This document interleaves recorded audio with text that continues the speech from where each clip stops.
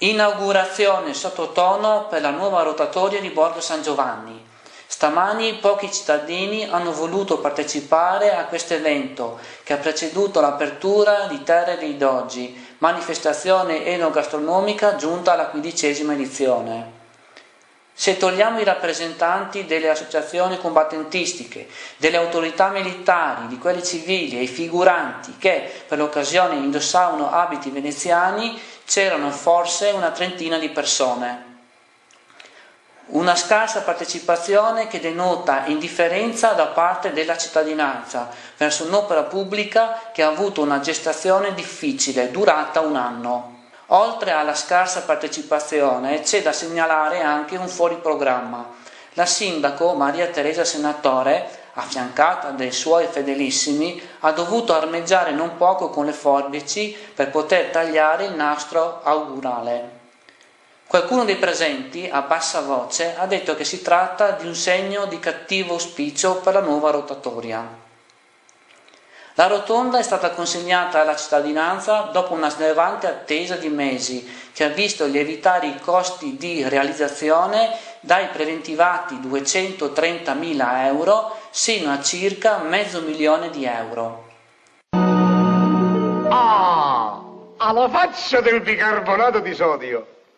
Nei mesi scorsi la pazienza degli automobilisti è stata messa a dura prova per il protrarsi dei disagi legati al cantiere lavori.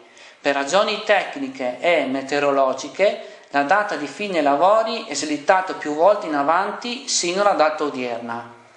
Iniziati il 25 maggio dello scorso anno, i lavori di scavo subirono, dopo poche settimane, una battuta d'arresto in seguito al rinvenimento nel sottosuolo di una vecchia cisterna di carburante, come ricorda il periodico diocesano Il Popolo. Dopo questo imprevisto, tutto sembrava procedere per il meglio, tant'è che il 21 novembre la Nuova Venezia annunciava che per Natale la rotatoria sarebbe stata pronta. In realtà i lavori furono nuovamente sospesi per un paio di mesi, questa volta perché le rigide temperature invernali impedivano di stendere la resina necessaria a sigillare i sanpietrini.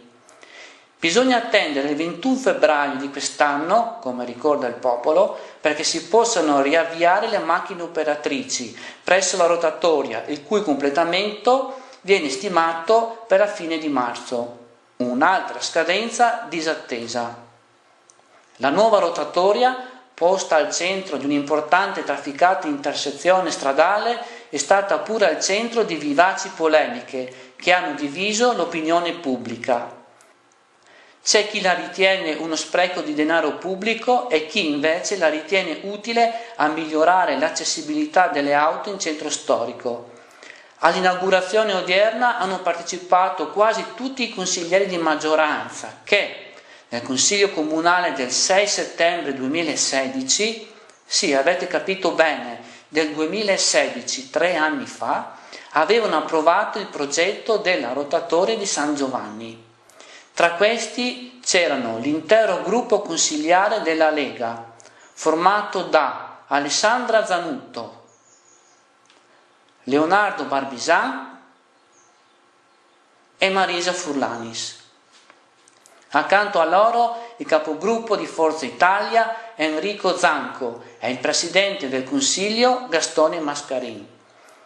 Assenti come al solito i 3 consiglieri del gruppo Noi Siamo Portogruaro, Cristian Moro, Raffaele Foglia e Giorgio Barro. Ha disertato la cerimonia tutta la minoranza consigliare che in blocco aveva votato contro la realizzazione di questa rotatoria. Presenti ma distanti sia fisicamente che politicamente dallo schieramento della maggioranza c'erano alcuni noti militanti dei 5 Stelle, Matteo Vivan, Luca Culos e Daniela Ariolo. In merito alle numerose polemiche e critiche che hanno accompagnato i lavori della rotatoria, la sindaco ha risposto così.